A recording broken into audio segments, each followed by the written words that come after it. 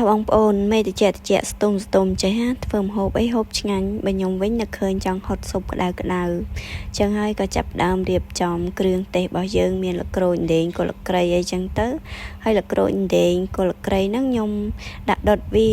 តែល្ក្រូចអត់បានដុតទេណាបងប្អូនដាក់ទាំងស្រស់ដុតតាន់ដែងហើយនឹងគល់ល្ក្រៃហើយមានខ្ទឹមប្រាំងមួយមើមដាក់ដុតដែរ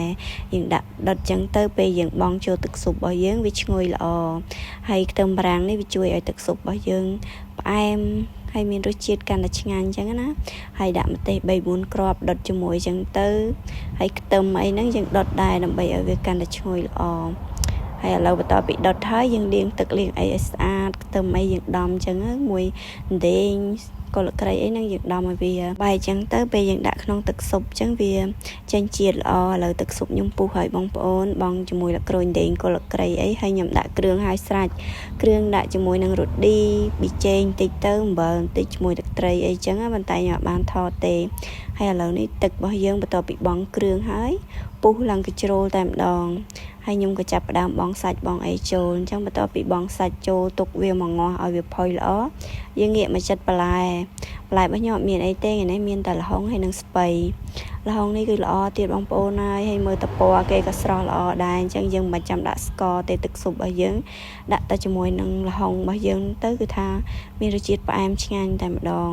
ផ្អែមលក្ខណៈថាធម្មជាតិបងប្អូនឥឡូវនេះបន្ទាប់ពីសាច់រៀងផុយល្អដែរហើយខ្ញុំចាប់ផ្ដើមដាក់ល្ហុងយើងចូលបន្ទាប់ពីយើងលាងទឹកល្ហុងរបស់យើងពីទឹកអីទៅឲ្យវាកាត់ជ័រជ្រះជ័រល្អអញ្ចឹងណាហើយបន្ទាប់មកក៏យើងដួសពពុះដែលវាអណ្ដែតក្នុងឆ្នាំងនឹងចោលហើយឆ្នាំងខ្ញុំថ្ងៃនេះវារៀងទូចទៀតក៏ប៉ុន្តែដាក់សាច់អត់អស់ទេហើយល្ហុងដាក់បានតែមួយផ្លែទេបងប្អូនដោយសារតែឆ្នាំងរៀងទូចហើយដាក់បានតែល្ហុងតែមួយទេល្ហុងដាក់មួយហ្នឹងដាក់បានអាទូចទៀតបងប្អូន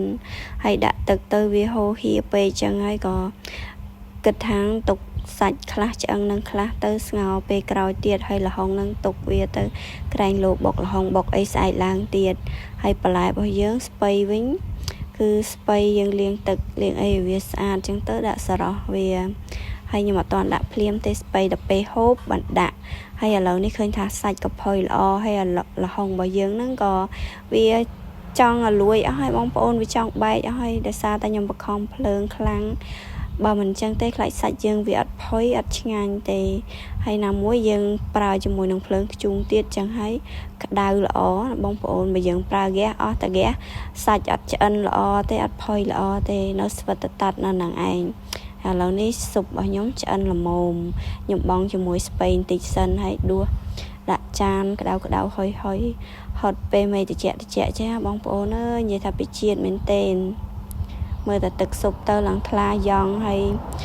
ដែតជាមួយនឹងខ្លាញ់វាតិចទៀតពណ៌លឿងល្អោកចឹងមើលទៅទំនងមែនទែន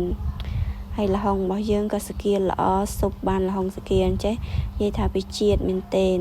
អញ្ចឹងដួសមួយចានហត់លេងសិនបងប្អូនចាំដល់ពេលជុំគ្នាចាំយើងបងស្ពៃចូលទាំងអស់ហើយ